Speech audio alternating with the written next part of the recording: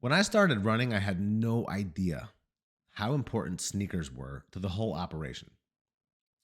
Up until this point in my life, going back years, the most that I was ever able to run for two reasons. One, because I just got bored, and two, because my feet would kill. So it was very painful for me. And I thought that I was just never going to really be able to run more than like a couple miles.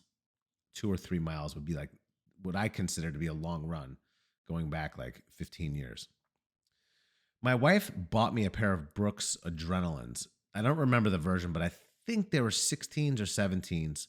She just bought them at like a DSW or somewhere where just, it was discount, but they looked cool. So she got them for me. They were like white. And I put them on my feet and I was like, whoa, these feel different.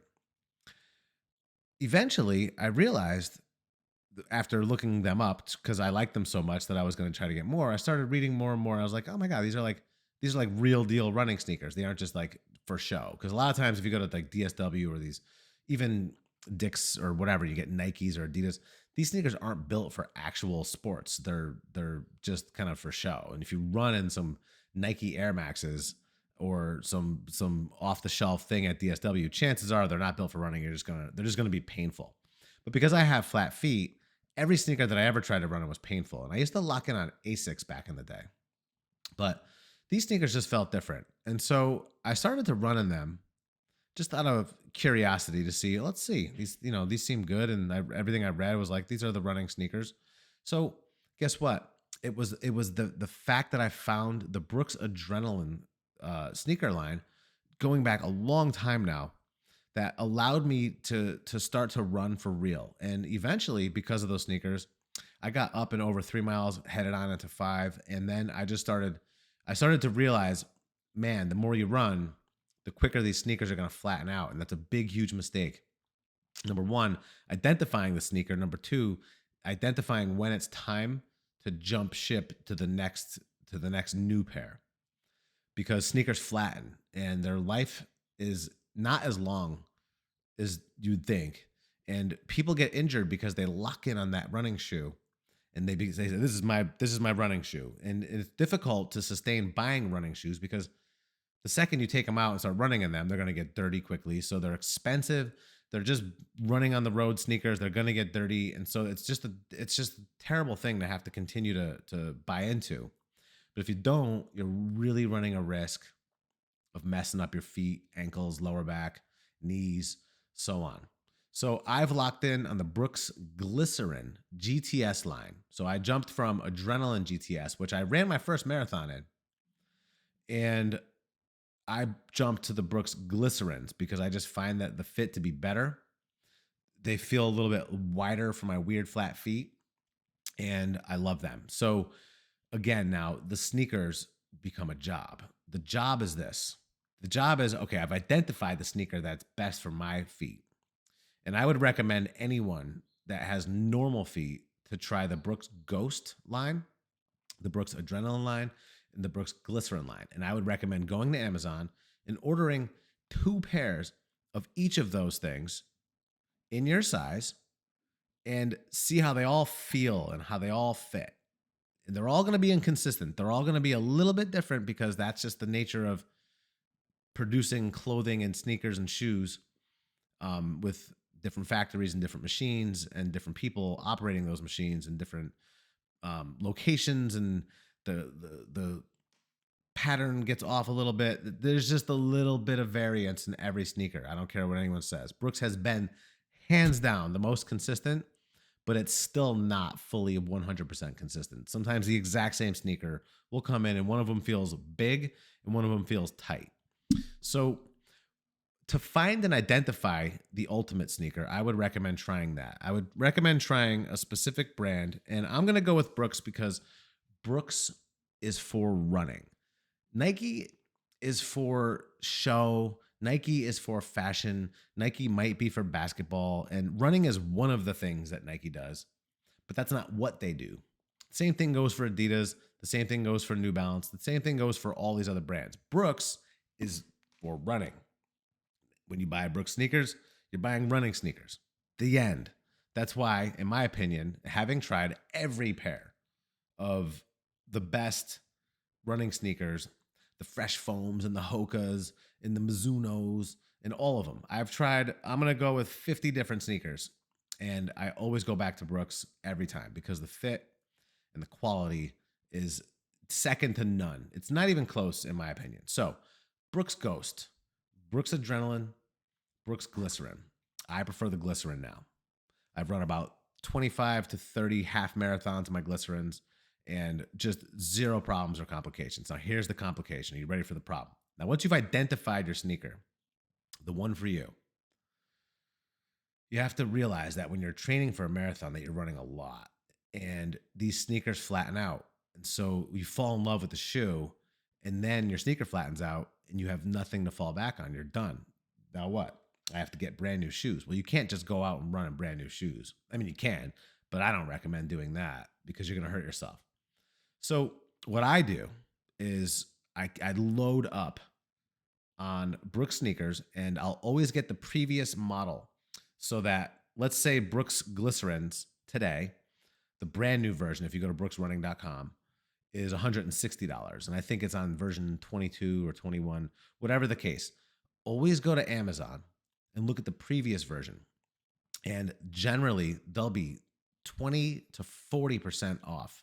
So for me, my Brooks Glycerins, I got last year's model, and I have these on right here. And in my closet right now, I have 3 pairs of the exact same sneaker. All of which I've gotten because when I order them, I'll order multiples and I'll only keep the one that fits the absolute best. I'll send all the rest of them back. You can do prime, try before you buy, get a box, get 5 cents and keep 1 or 2 pairs that just stand out as the best ones. You'll find that some of them are too tight. Some of them, the toe box is wide and weird. Some of them, one fits better than the other. Just only keep the one that absolutely fits the best and make no compromises with that because it's so important. It's the most important factor outside of all the physical stuff and the diet. The sneaker is like, it's everything. So that's what I do. Order a bunch, only keep the best. I run into one pair that's been pre-broken in. And while I'm using that dirty pair and I'm running in various conditions on the road, with mud or water or whatever, that those pair of sneakers just get hammered.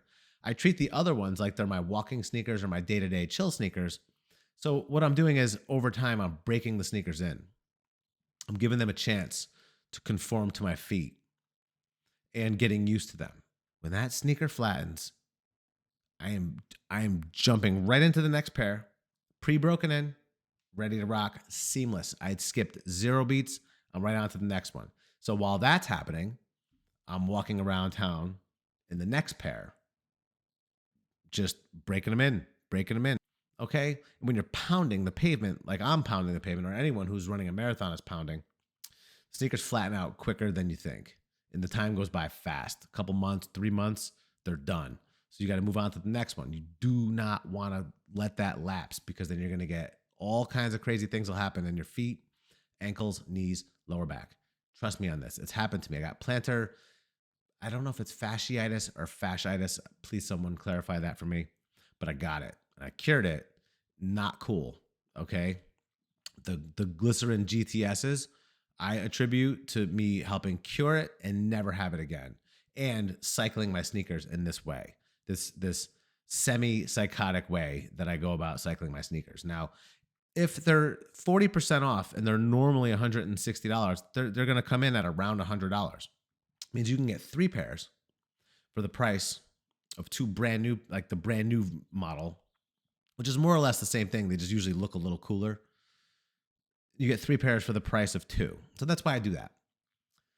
And that's it. That's the end of my sneaker operation. And then again, when I get to that point where I'm into the next one, I'm already on Amazon ordering new pairs to make sure that I continuously have that going.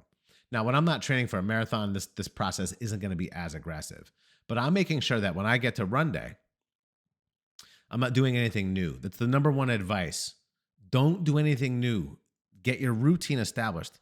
You establish the sneaker that you love. You keep the sneaker that you love. Just get many pairs of them so that you can not lapse and have to find something new. You don't want to find something new, and you certainly don't want to go into run day with sneakers that are so hammered. You want to have them be about halfway through their life cycle. You want them to still have their softness, but you still want them to be broken in too at the same time. You want to have them be perfect. So that's my advice regarding running sneakers in general, and specifically for training for a marathon and to prevent injury and to make sure that you're always in that place where you have broken in, perfect running sneakers. I hope this helps somebody. Brooks Sneakers has saved my feet and given me the ability to go beyond anything that I imagined if I go back 10, 15 years of my life.